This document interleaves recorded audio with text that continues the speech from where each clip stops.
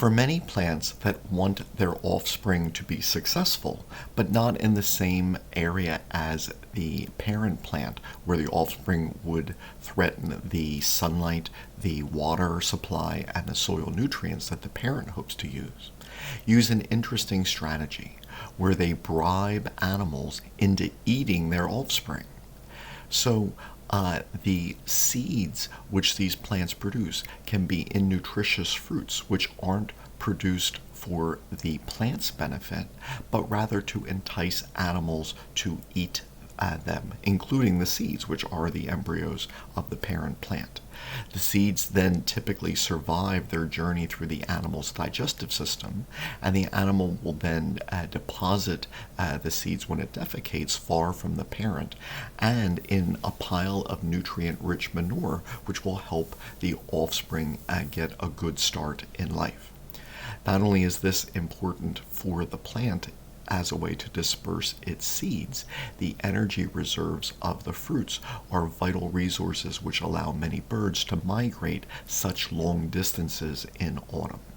Many plants have evolved a life cycle which involves fruit production just as migrant birds are passing through the area.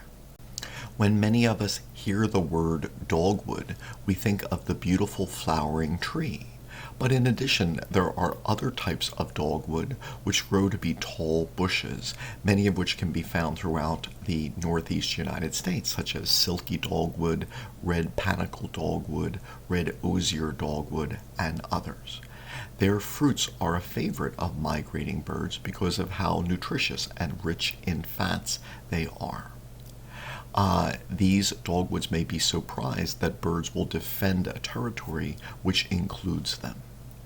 The high-quality, fat-rich berries of these dogwoods are favorites sources of food for dozens of bird species, including cedar waxwings, cardinals, bluebirds, thrushes, yellow-rumped warblers, blue jays, catbirds, robins, mockingbirds, wood ducks, rose-breasted grosbeaks, orioles, flickers, kingbirds, vireos, yellow-bellied sapsuckers, turkeys, and ruffed grouse.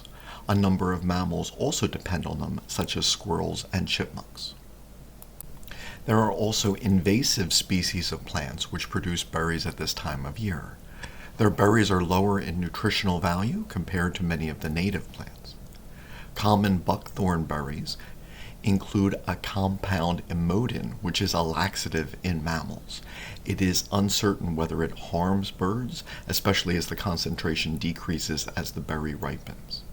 A number of birds feed on buckthorn berries, such as cedar waxwings, robins, white-throated sparrows, and thrushes. Autumn olive is an invasive plant which can produce over 200,000 fruits per tree in autumn, hence its name.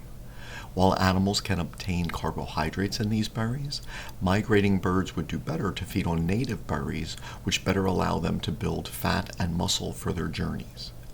Birds that feed on autumn olives include cedar waxwings, thrushes, cardinals, sparrows, turkeys, and grouse. Mammals such as deer, raccoons, opossums, skunks, deer mice, cottontail rabbits, and black bears can feed on them too. While these invasive plants do provide sustenance for wildlife, especially in late fall when many of the high-quality native plant sources have been exhausted, the animals which eat these invasive plant fruits then help to disperse their seeds, which allows these invasive species to crowd out native plants in the following years.